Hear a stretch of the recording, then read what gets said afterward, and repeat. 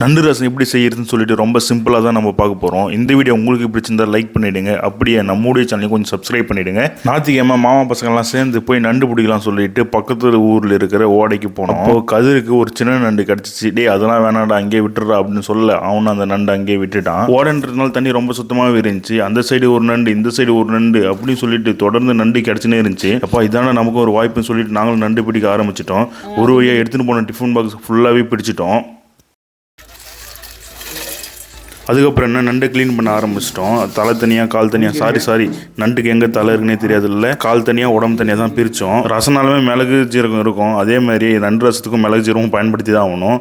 அதனால் அதுவும் நல்லா பொடியாக நசுக்கிட்டோம். அதுக்கப்புறமா வெங்காயம் தக்காளி அதையும் நல்லா பொடியாக அரிஞ்சிட்டோம். திரும்பவும் வேறு ஏதோ நசுக்கிறானுங்கன்னு சொல்லிட்டு போய் பார்த்தா ஆமாம் இல்லை நண்டு நசுக்காமலே விட்டுட்டோம். அதுக்கப்புறமா நண்டு நல்லா பொடியாக நசுக்கி அதனுடைய சாறு தனியாக எடுக்கணும் இல்லையா, அதனால் அது நல்லா பொடியாக நசுக்க ஆரம்பிச்சிட்டோம். அதுக்கப்புறம் அதனுடைய சாரம் தனியாக பிழிஞ்சு ஒரு கிண்ணத்தில் வச்சுட்டோம். அதுக்கப்புறம் என்ன உங்களுக்கே தெரியல, எண்ணெய் ஊற்றி தக்காளி வெங்காயம் மிளகா கருவேப்பிலாம் போட்டு வணக்கம்ல கடுவெலாம் போட்டு அந்தமாரி நல்லா வணக்கிட்டு அதுக்கப்புறமா நசுக்குன பூண்டு அதுக்கப்புறமா ஏற்கனவே பொடியாக்கிய மிளகு ஜீரகம் அதையும் போட்டுட்டோன்னா ஃபைனலாக நம்ம ஏற்கனவே ரெடி பண்ணி வச்சுருந்த நண்டு சாரை அதில் ஊற்ற ஆரம்பிச்சிடணும்.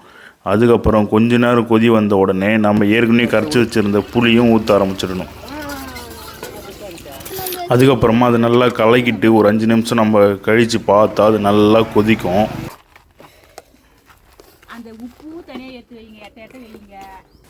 அவ்வளோதான், நண்டு ரசம் இது ரொம்ப சிம்பிள் தான். அதுக்கப்புறமா செஞ்சு நண்டு ரசத்தை எல்லாரும் கொஞ்சம் கொஞ்சம் கிளாஸில் ஊற்றி குடிக்க ஆரம்பிச்சிட்டோம். இந்த வீடியோ உங்களுக்கு பிடிச்சிருந்தா லைக் பண்ணிவிடுங்க. அப்படியே நம்முடைய சேனலையும் கொஞ்சம் சப்ஸ்கிரைப் பண்ணிவிடுங்க.